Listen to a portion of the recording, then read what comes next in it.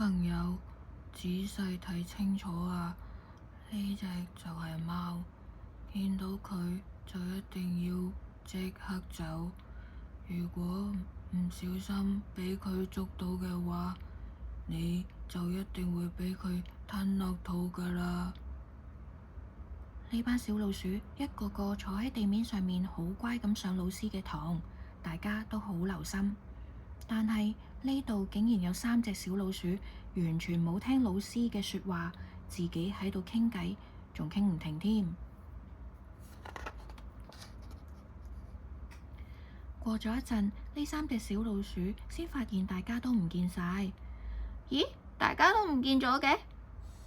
咁我哋去摘土咯。好啊，行啊行啊！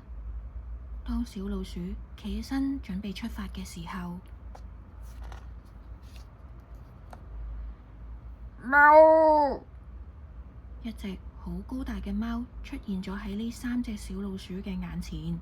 佢翹住又直又挺嘅長鬍鬚，喺度揮動緊高舉嘅手。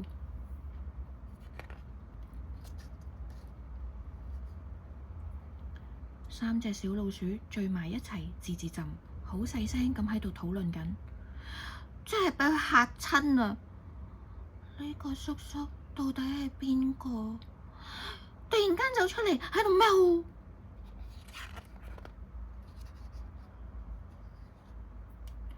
叔叔，你係邊位啊？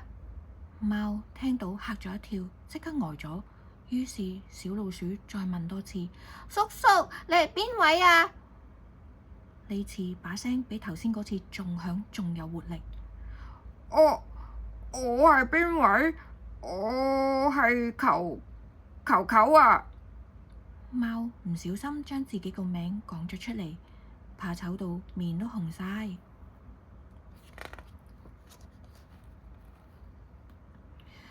哦，原來你叫球球。球球叔叔，你喺度做咩啊？問我喺度做咩？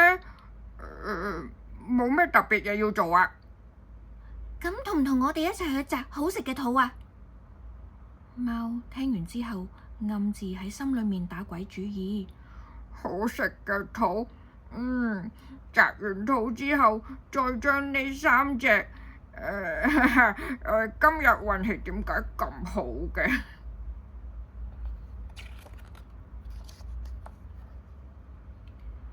貓俾呢3隻小老鼠坐喺佢背脊上面，然後向住土樹方向快速奔馳。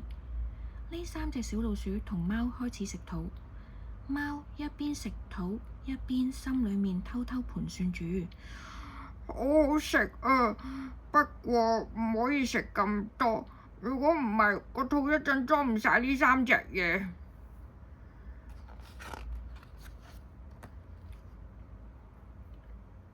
食完土之後，呢3隻小老鼠同貓一齊帶埋啲食剩嘅土，準備返屋企。就快要返到去原本出發嘅地方嗰陣，貓突然停低咗。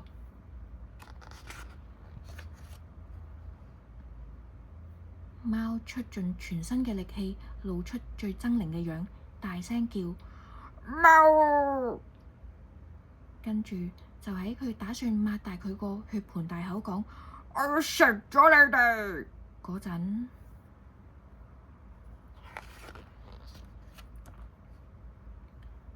三隻小老鼠又有樣學樣咁一齊叫喵喵喵。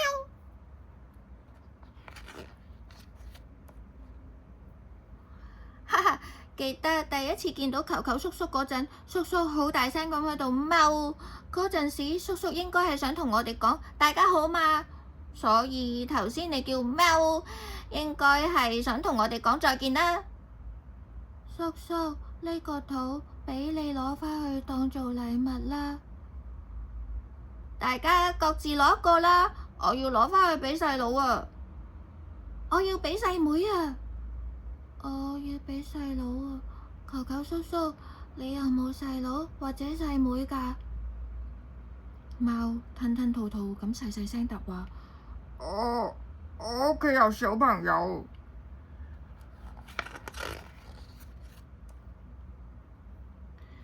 㗎？有幾多個啊？4個。大家一聽到貓嘅回答，哇，4個嘅話，一個肚點夠分啊？我嗰個畀埋你啦，我嗰個都係畀埋你啦，我嗰個都係。貓聽到小老鼠佢哋咁講，嘆咗一口好長嘅氣，唉。